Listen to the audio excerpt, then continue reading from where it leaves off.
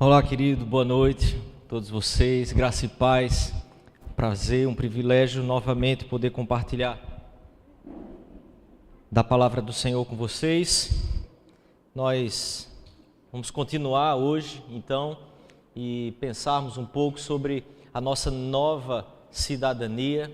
Nós conversamos aqui na semana passada, nas 2 semanas que passaram, sobre que pátria é essa.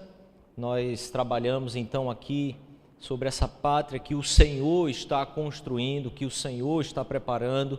Vimos sobre a restauração que Deus está promovendo em Cristo para todos os povos. Semana passada pensamos em direita ou esquerda e pensamos um pouco sobre essas tantas vertentes sociopolíticas e filosóficas que existem na nossa época, que nós não podemos simplesmente definir a coisa assim como só uma direita ou uma esquerda. A gente, num contexto de Brasil principalmente, essas coisas se dissolveram muito. E hoje então eu queria pensar com você sobre que pátria é essa e sobre a nova cidadania em Cristo, E queria pensar com você aqui em um pequeno gráfico, um pequeno quadro, para que a gente pudesse entender então um pouco sobre aquilo que nós já construímos até aqui, pensando na que pátria é essa, no Evangelho de Jesus, como sendo a revelação de Deus, que de fato transforma todas as realidades a partir da transformação do homem interior, que se dá então todas as transformações sociais, todas as transformações que a gente pode de fato crer e esperar, que é a ação de Deus que está promovendo nesse mundo, não as produções humanas, não as filosofias, não a política humana pode fazer isso, mas de fato o poder de Deus para nos salvar, para transformar e resgatar um povo de fato, para viver em adoração a Deus. Eu queria pensar então que nós temos aqui um pequeno gráfico que nós precisamos imaginá-lo e tentar um pouco compreendê-lo aqui, que seria essa construção de mundo. E se você pensar nessa seta grande, essa é uma seta que tem uma ideia aqui para trazer o desenvolvimento da história como um todo. Essa linha pequena com uma seta pequena preta no centro seria a linha após o pecado. Então imagine que Deus soberanamente tem um plano e uma construção nessa terra, a qual alguns teólogos chamam de uma nova sociedade em Cristo, quando, por exemplo, comentam o livro ou a carta de Paulo aos Efésios. Essa seta grande seria então a construção de Deus na história, da redenção, da salvação, de tudo que está sendo construído, revelando Cristo como centro de toda a história, e a construção da sociedade humana, a produção dos homens, tudo aquilo que procede e que nasce após o pecado, ela está se desenvolvendo nesse meio, mas que a construção de Deus, ela está acima e é sobre todas essas coisas. Que o desenvolvimento humano, a história humana não afeta e não altera em nenhum aspecto aquilo que Deus está construindo em Cristo Jesus, e que em Cristo Jesus, ou a partir da cruz de Cristo, nós passamos a viver nessa construção maior de Deus de toda a história, e também passamos a experimentar na nossa vida, na nossa história aqui na terra, também a ação redentiva, ou seja, o sangue de Jesus redimindo e conduzindo o seu povo na face da terra, interagindo com a história, interagindo com a sociedade.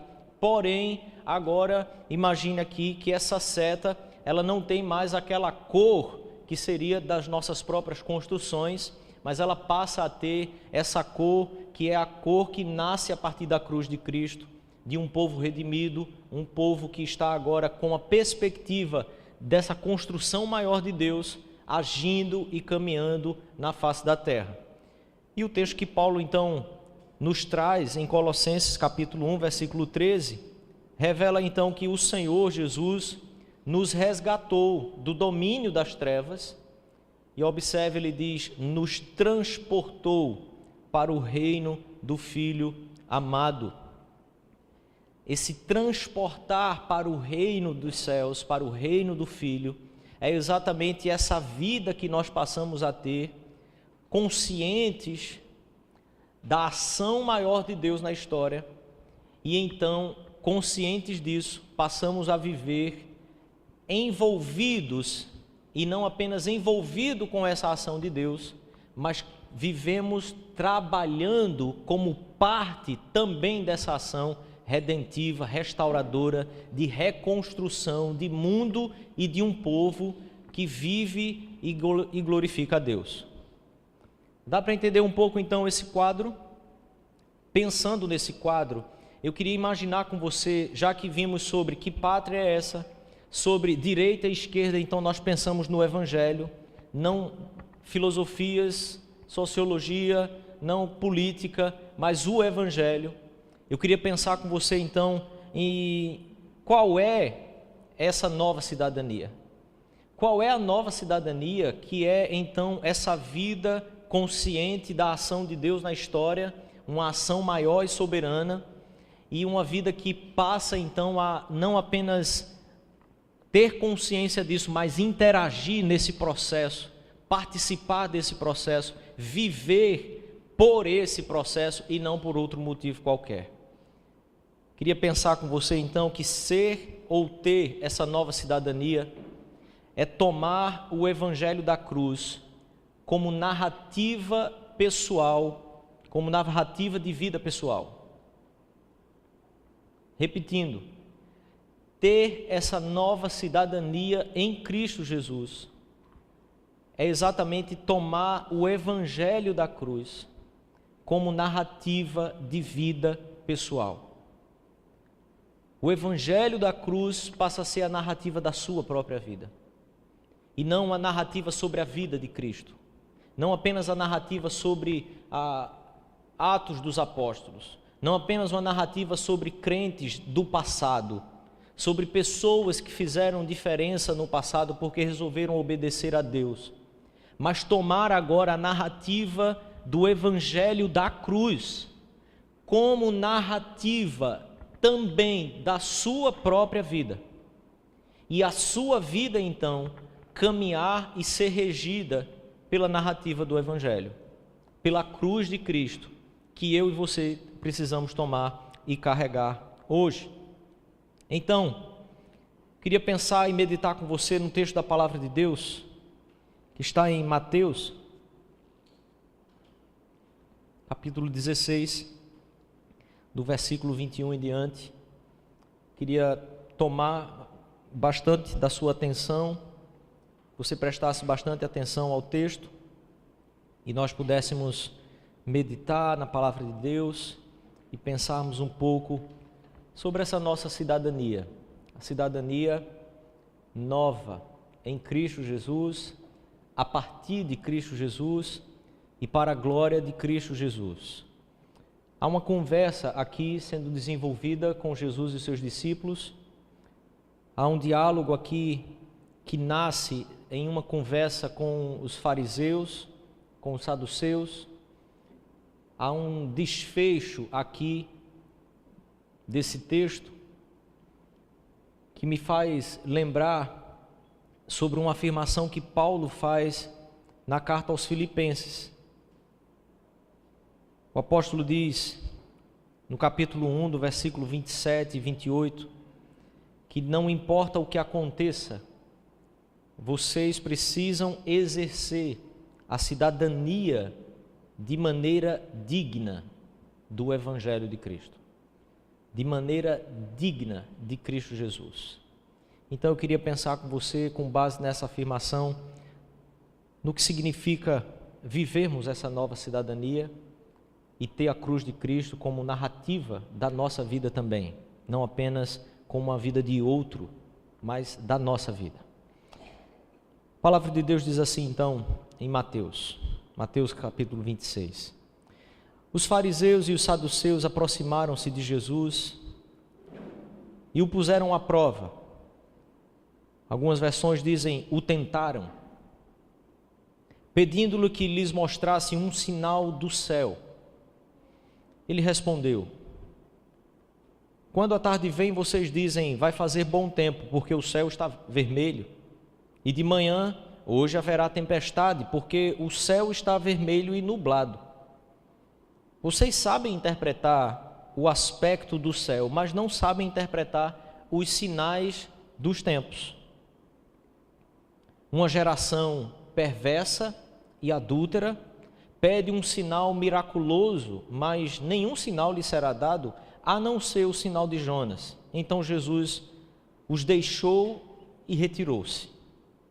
Indo os discípulos para o outro lado do mar, esqueceram-se de levar pão. Disse-lhe Jesus: estejam atentos e tenham cuidado com o fermento dos fariseus e dos saduceus. E eles discutiam entre si, dizendo: é porque não trouxemos pão. Por isso que Jesus estava dizendo, cuidado com o fermento. Percebendo a discussão, Jesus lhes perguntou: homens de pequena fé, por que vocês estão discutindo entre si sobre não terem pão? Ainda não compreendem? Não se lembram dos cinco pães para os 5.000 e de quantos cestos vocês recolheram? Adiante Jesus diz: nem dos 7 pães para os 4.000 e de quantos cestos vocês recolheram? Como é que vocês não entendem que não era de pão que eu estava lhe falando? Tomem cuidado com o fermento dos fariseus. Então, entenderam que não estava lhes dizendo que tomassem cuidado com o fermento de pão, mas com o ensino dos fariseus e dos saduceus. Eu quero ter um tempo de oração com você, antes de continuarmos no texto. A gente vai pegar esse pedaço de texto agora e termos como introdução para o que de fato a gente quer perceber sobre essa nossa nova cidadania a partir de Cristo, em Cristo e para a glória do Senhor Jesus. Feche seus olhos, quero orar com você mais uma vez, pedir que o Senhor nos direcione então aqui na sua palavra. Senhor, em nome de Jesus, eu te peço que o Senhor nos ajude aqui. Nós precisamos, Deus, da tua direção, do auxílio do teu Espírito, para o entendimento da tua palavra. Ajuda-nos, Pai, em nome de Jesus. Amém, Senhor. Amém. Observe que essa conversa nasce com os discípulos do Senhor, a partir do momento em que os fariseus e os saduceus haviam pedido um sinal a Jesus. Em outros tempos aqui nós já conversamos sobre esse sinal que os fariseus pedem a Jesus e os saduceus. Mas eu queria fazer você lembrar de duas coisas aqui, pelo menos. É que fariseus e saduceus naquela época eram vertentes teológicas dentro de uma mesma religião, mas que eles não apenas eram grupos de teologia ou grupos religiosos, eles também eram grupos políticos naquela sociedade. Eles tinham também o envolvimento político, eles tinham o toma lá da cá, eles tinham todas as práticas que muitas vezes nós conhecemos, que muitas vezes no nosso país nós também já presenciamos e que no nosso país tem se tornado até algo assim mais corriqueiro e natural até, que ouvimos falar e que já não nos assombra mais. Essa também é uma prática e um estilo de vida daqueles fariseus e saduceus. Mas havia um problema ali, é que por mais que Jesus já houvesse praticado os sinais, os milagres, os fariseus agora estavam colocando Jesus dentro de um panteão, vamos dizer assim, de messias, de deuses, que por diversas vezes surgiam naquela sociedade se apresentando como Messias, se apresentando como Cristo.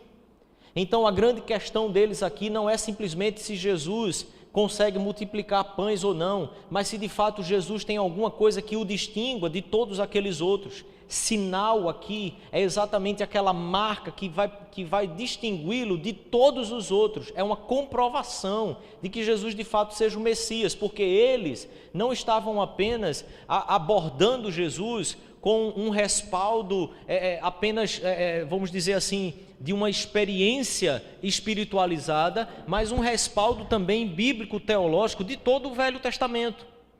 Eles sabiam que havia a promessa do Messias, eles sabiam que havia a promessa daquele que viria e restauraria não apenas indivíduos, mas restauraria todo o povo de Deus, toda uma nação que o Senhor estava construindo, formando para a sua glória, para que manifestasse o nome dele, a presença dele, a redenção dele e os propósitos dele na face da terra, até o grande dia do seu retorno, em que ele então uniria céus e terra novamente, restaurando todas as coisas e fazendo com que a gente pudesse experimentar agora de uma vez por todas, por toda a eternidade, essa pátria que nós tanto ansiamos como ser humano, que temos saudade daquilo que nós não conhecemos. Então os fariseus fazem esse tipo de questionamento a Jesus, e Jesus orienta os seus discípulos para tomarem cuidado com esse tipo de fermento. Cuidado com esse tipo de fermento, porque não é sobre essas coisas que o Senhor Jesus está nos conduzindo ou querendo nos conduzir. Então, o texto segue adiante, e a partir disso, quando eles chegam à região de Cesareia de Filipe, perguntou aos seus discípulos, observe, que toda essa questão que surge em torno dos conceitos religiosos, mas também políticos, religiosos, mas também que estão embasados nos interesses que aqueles fariseus e que aqueles saduceus tinham, embora divergissem teologicamente, eles tinham também interesses em comum. Jesus manda então os discípulos tomarem cuidado com esse tipo de ensino, com esse tipo de postura, e quando ele chega a Cesareia, ele faz uma pergunta aos seus discípulos. Perguntou aos seus discípulos: quem os outros dizem que o Filho do Homem é? Quem as pessoas estão dizendo que é o Filho do Homem? Como as pessoas estão entendendo e compreendendo o Messias? Como as pessoas veem Jesus? Como as pessoas estão percebendo a pessoa revelada de Deus aqui na terra? Deus encarnado aqui na terra. Como as pessoas estão vendo isso? Há um pressuposto aqui então. Os discípulos que estão vivendo intimamente com Jesus Cristo, os discípulos que estão caminhando com o Senhor, o Deus de toda a glória, o Filho do Deus vivo, os discípulos estão sendo questionados por Ele mesmo, por Jesus Cristo. Quem que as pessoas estão dizendo por aí que Jesus é?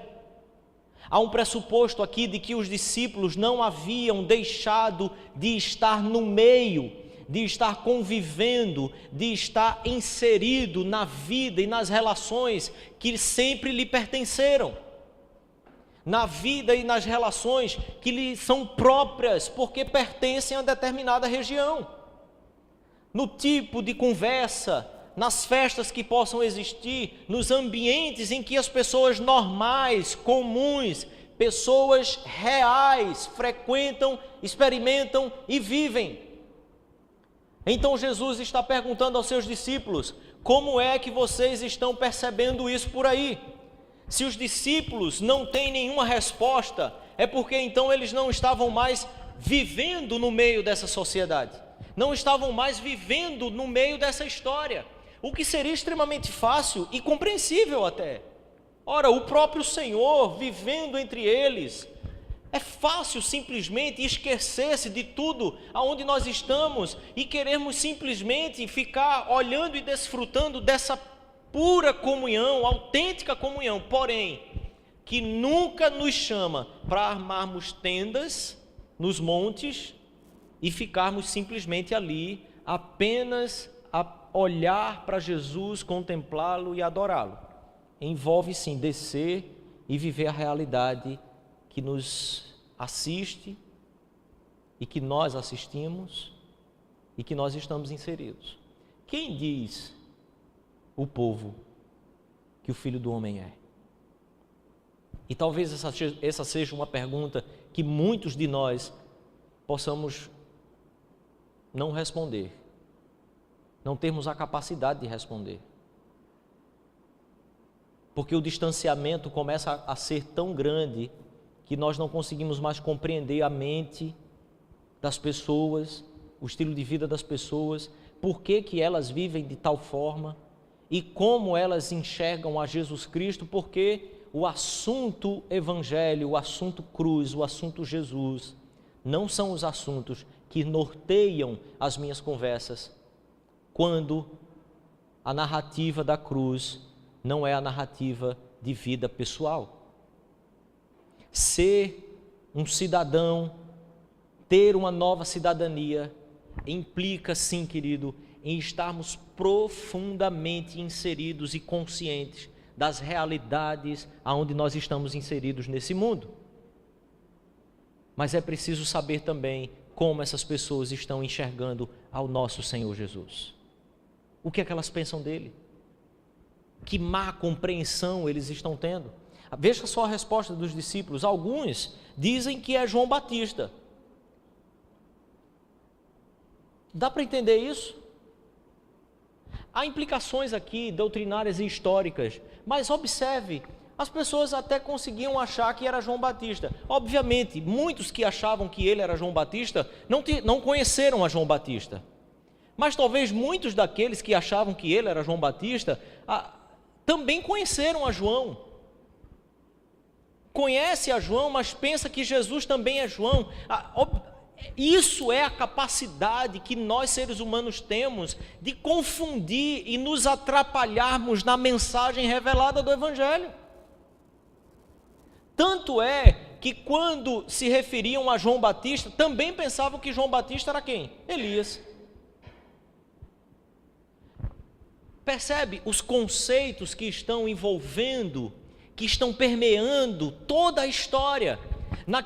Naquela seta que nós colocamos aqui, há uma história humana sendo construída em meio a tudo isso e que tem uma capacidade, que é a capacidade da natureza pecaminosa, em distorcer, em confundir, em não perceber a revelação de Deus na cruz de Cristo, na encarnação do seu Filho.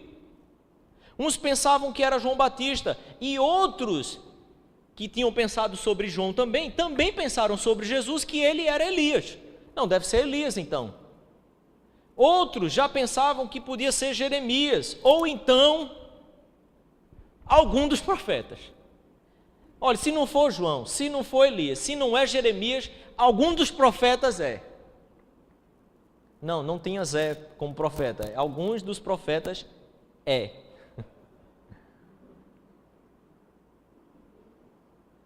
Assim é a nossa capacidade. Porém, Jesus não deixa essa questão apenas no que as pessoas estão dizendo.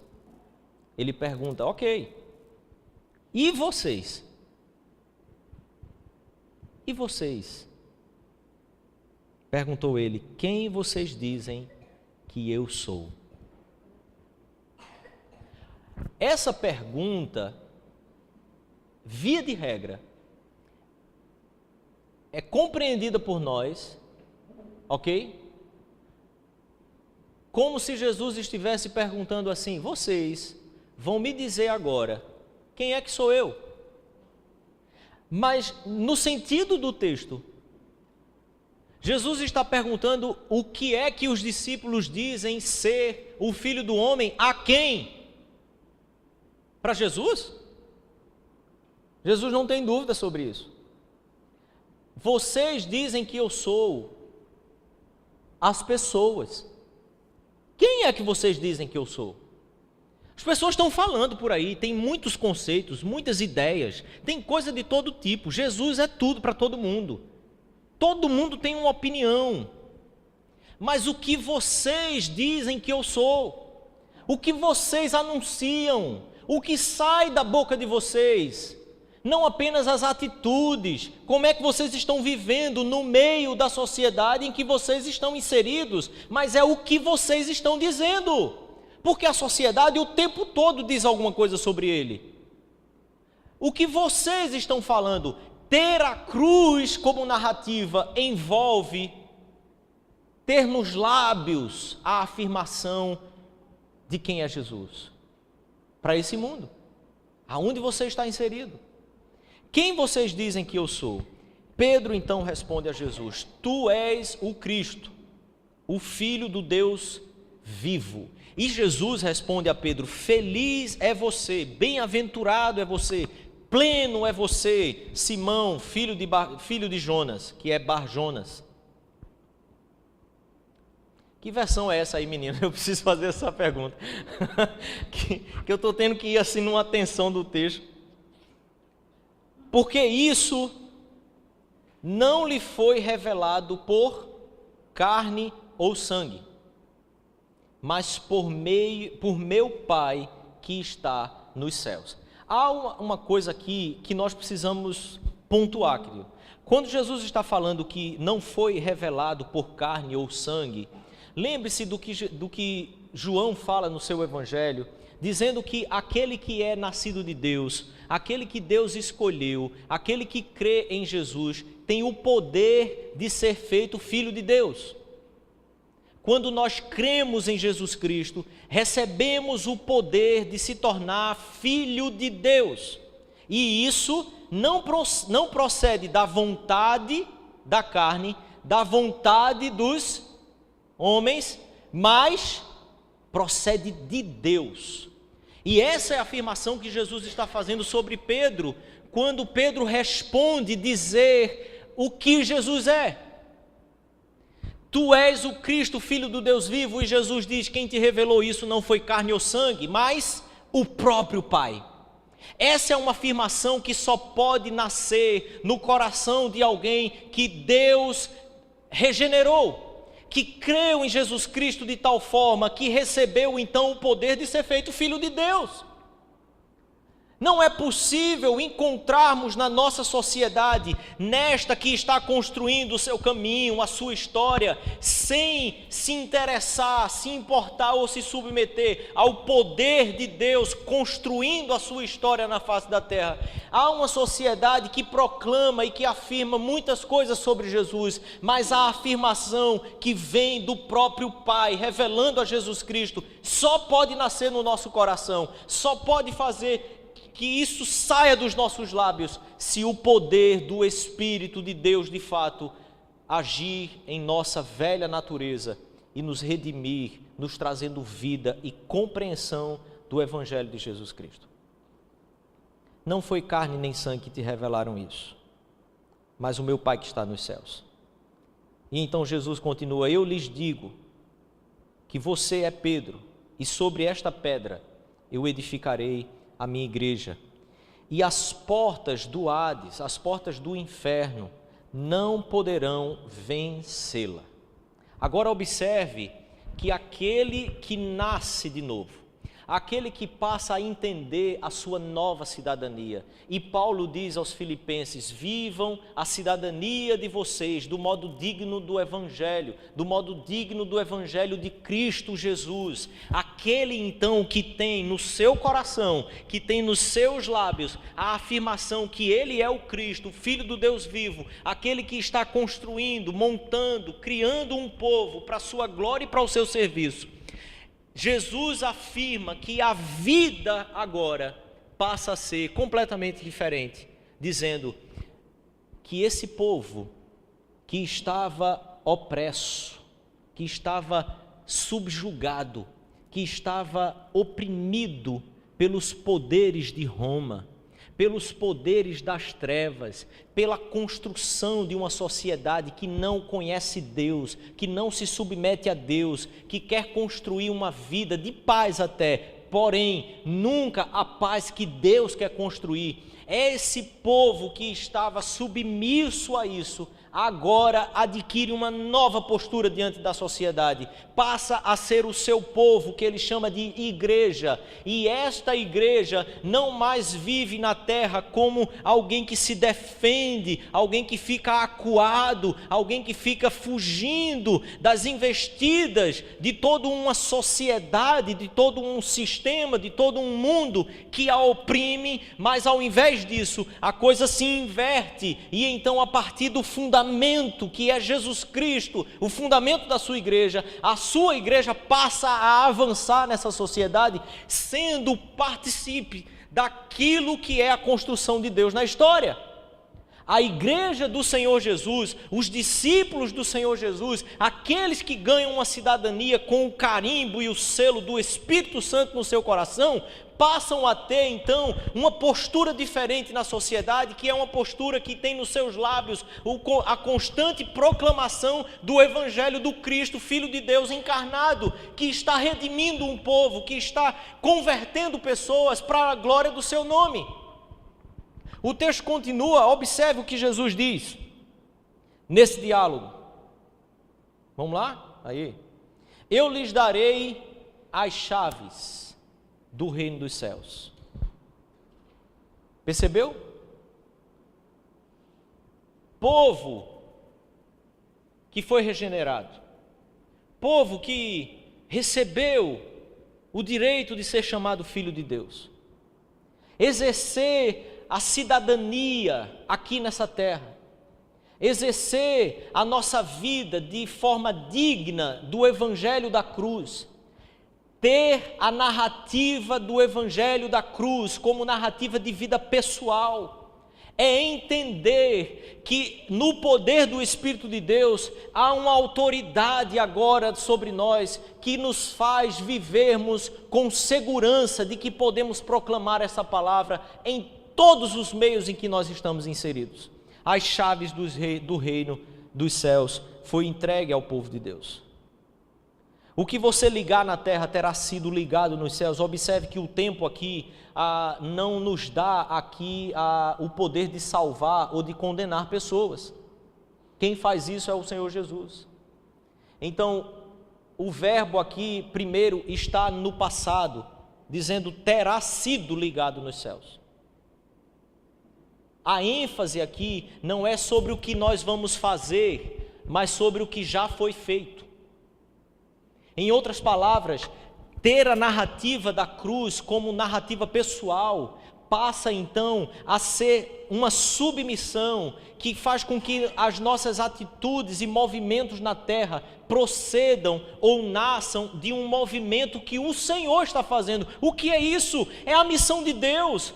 É a obra do Espírito Santo agindo ainda na face da terra. O que vocês fizerem já foi ligado no céu.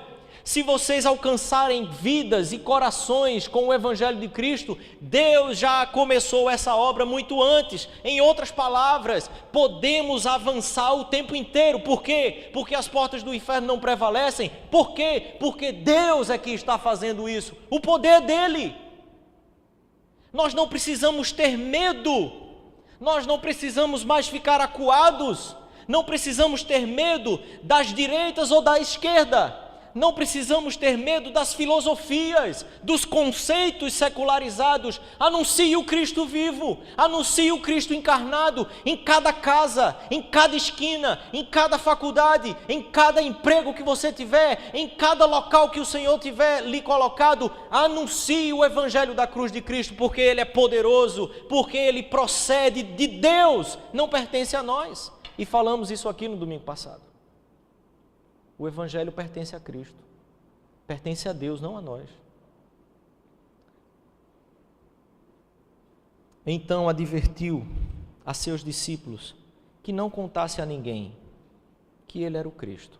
E observe, desde aquele momento então, veja só, Jesus então chama os seus discípulos e diz assim, olha, ok, segura, certo? Porque é uma obra que precisa ser concluída.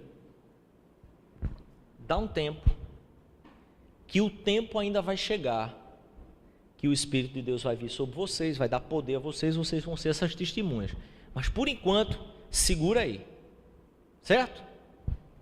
Desse momento em diante, Jesus começou a explicar aos seus discípulos o que era necessário que ele fosse para Jerusalém e que ele sofresse muitas coisas nas mãos dos líderes religiosos, dos chefes dos sacerdotes e dos mestres da lei, e fosse morto e ressuscitasse no terceiro dia. O sinal de Jonas que ele já tinha dito aos fariseus e saduceus: vocês não vão ter sinal nenhum, a não ser o de Jonas.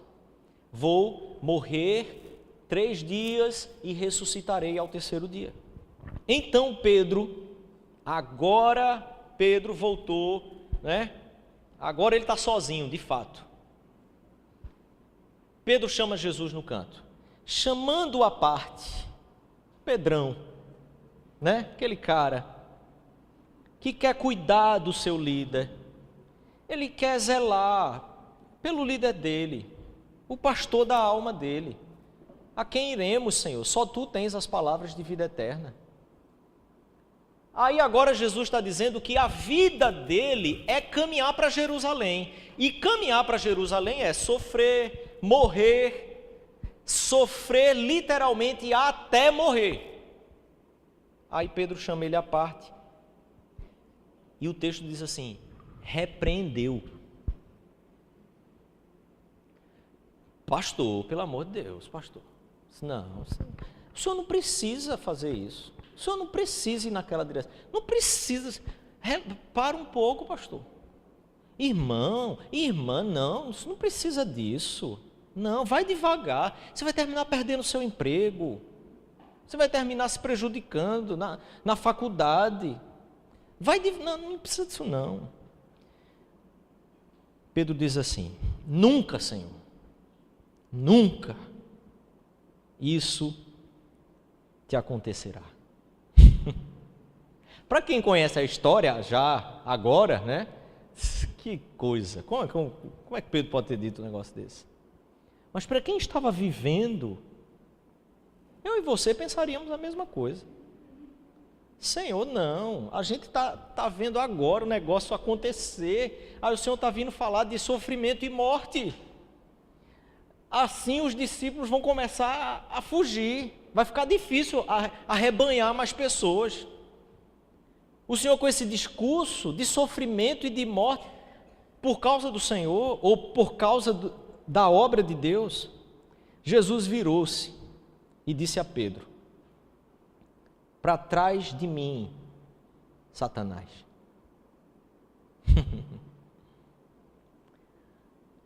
Algum líder seu um dia se referiu assim a você? A pessoa no emprego, teu patrão de repente diz um negócio desse com você, hein? É da Satanás. No mínimo é que você estava com treta, né? Para cima dele. Aqui não era isso, era cuidado. Pedro estava preocupado com Jesus e estava preocupado também consigo mesmo. Afinal de contas, a gente está caminhando junto, né? Aí, ele recebe uma resposta dele. Mas a conclusão da afirmação de Jesus é: você é uma pedra de tropeço para mim. Esse tipo de cuidado que manda você preservar a sua vida, não sofrer por causa da obra de Deus, o nome disso é pedra de tropeço. Mas nós, eu não posso deixar, somos pedras vivas.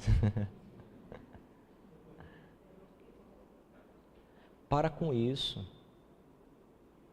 A narrativa da cruz tem que ser a narrativa da nossa vida.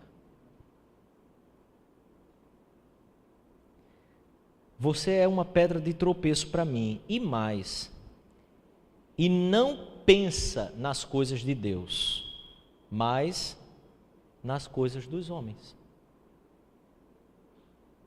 É ou não é assim a sociedade onde eu e você estamos inseridos?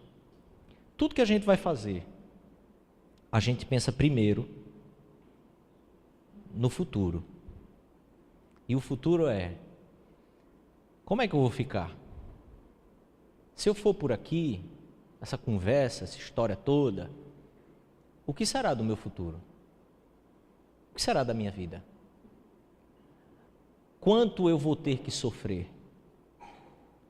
Qual o preço que eu vou ter que pagar? As coisas dos homens. Isso é não cogitar, não pensar nas coisas de Deus, mas nas coisas dos homens. Então, normalmente a gente recua. E observe, a voz que vai dizer para você: faça isso não vá por aí não, olhe. Porque a igreja passa, não é? Eu já ouvi isso. Pastor, o senhor está... Escuta essa frase. O senhor está pregando muito na Bíblia. O senhor sabe, né? Sua igreja nunca vai crescer.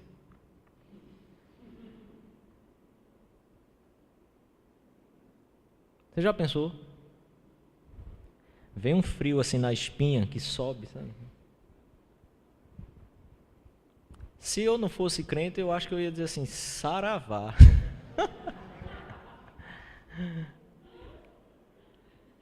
Mas, gente, nova cidadania é ter a cruz como narrativa pessoal. É ter a cruz como aquilo que está narrando a sua vida. Não cogita das coisas dos homens. Então, Jesus disse aos discípulos: veja, o que é cogitar das coisas de Deus agora? Se alguém quiser acompanhar-me, é mais ou menos assim, só, vamos botar logo as cartas na mesa aqui, vamos colocar a coisa em pratos limpos. Se vocês estão querendo me seguir, pensando que ser cidadão dos céus, ter as chaves do reino dos céus, caminhar nessa sociedade, caminhar nessa vida, é ficar cogitando e ter o evangelho como algo que vai produzir para vocês um bem-estar, um conforto e uma segurança neste mundo. Quanto a isso, nós falaremos mais no domingo que vem, sobre a estabilidade tão sonhada por nós brasileiros.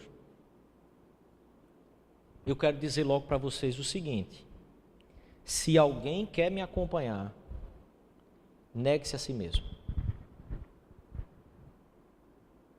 Negue-se a si mesmo. Paulo diz em Filipenses, ainda, no versículo 29 e 30 do capítulo 1, ele diz que a vocês foi dado o privilégio, não apenas de crer em Cristo, mas também de sofrer por Ele. Já que estão passando pelo mesmo combate que me viram enfrentar e agora ainda enfrento. Observe que o privilégio que nós recebemos quando recebemos o poder de ser feito filho de Deus é o privilégio de completar o que resta dos sofrimentos de Cristo no nosso corpo. Isso é privilégio. Mas nós vivemos numa sociedade que está pregando o tempo inteiro para nós conforto e não sofrimento, segurança financeira, não sofrimento. Cuide da sua vida, do seu futuro, da sua previdência. Isso que agora, né, tem que virar piada. Cuide da sua previdência. E é impressionante que essas coisas que tanto são pregadas para nós nessa sociedade sempre são transformadas, mudadas, alteradas, sem que a nossa opinião conte. Mas ainda assim a gente continua numa ilusão de que previdência social é aquilo que pode garantir o nosso futuro. Quando há um Deus que está construindo a sua história soberana, redentiva, e que nos chamou para ser parte disso. Quem convida é que paga a conta, querido. Quem sustenta você, quem mantém você é o Senhor. Não é a moeda. Se quiser seguir a Ele, tem que saber que Ele está indo para Jerusalém. Ele não está indo para Roma, a capital, onde todas as coisas acontecem, aonde tem emprego, aonde alternativas, possibilidades podem surgir para você. Você foi chamado para ser discípulo, para desenvolver uma nova cidadania. É caminhar para Jerusalém. Caminhar para Jerusalém.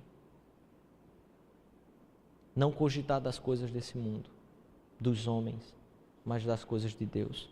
O texto então de Mateus continua para finalizar.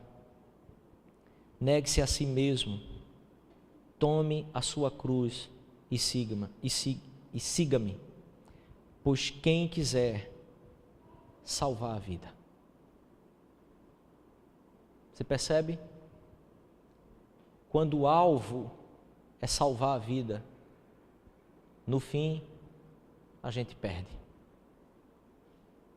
Porque no fim das contas, todos nós queremos salvar nossas vidas.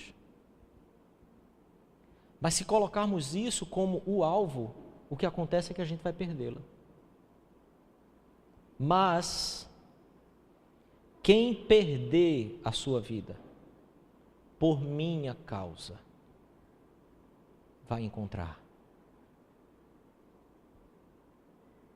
O que Jesus está dizendo é, a nova cidadania agora é viver nesse mundo, não como cidadão deste mundo, como cidadão do céu. É não buscar mais aquilo que aparentemente te está dando conquista, trazendo conquista para a sua vida, mas viver e carregar os sofrimentos de Cristo como parte integrante do seu ser, na proclamação do Evangelho da cruz, e então assim, vivendo para o outro, vivendo para proclamar, vivendo por Cristo Jesus, como Paulo, ainda que preso, diz, eu muitas vezes sou tomado por um desejo de ir embora, de que o Senhor me leve, mas julgando a importância que há ainda de pregar o Evangelho a vocês, eu sei que eu preciso ficar, ainda que eu saiba para onde estou indo. Quando a cruz passa a ser a narrativa da nossa vida, a minha vida não tem importância mais, a não ser falar desse Evangelho, a não ser pregar e fazer com que a obra do Evangelho seja propagada no mundo. Passa a ser a minha prioridade, a minha aspiração é o reino e não o meu pequeno e medíocre império. A minha motivação passa a ser a vontade de Deus e não a minha vontade. Então Paulo anuncia da cadeia, dizendo que a prisão dele tem feito com que o Evangelho se propague, e isso o deixa pleno e feliz. Ainda que preso, o Evangelho está crescendo. Glória a Deus. Estou para ser julgado, posso ser condenado à morte, mas por causa disso, Paulo diz, muitos outros irmãos têm falado do Evangelho com ousadia, quando ouvem do testemunho que eu estou vivendo aqui na cadeia. Você sabe o que é isso? É se por causa de minha prisão, se por causa de minha morte, a obra do Evangelho está sendo vivida, está sendo propagada e expandida na terra, que venha a morte. E então Paulo diz, para mim o viver é Cristo e o morrer é lucro. Isso é ter a obra da cruz, a mensagem da cruz, o Evangelho da cruz, como narrativa pessoal, como narrativa da sua vida e da minha vida. O Senhor Jesus nos chama então, querido, a deixarmos a busca das coisas que essa sociedade corrompida tem anunciado para nós e buscarmos o reino e toda a sua justiça. Porque tudo mais que você precisar você não terá falta. Absolutamente. A palavra do Senhor então nos chama a vivermos uma nova cidadania.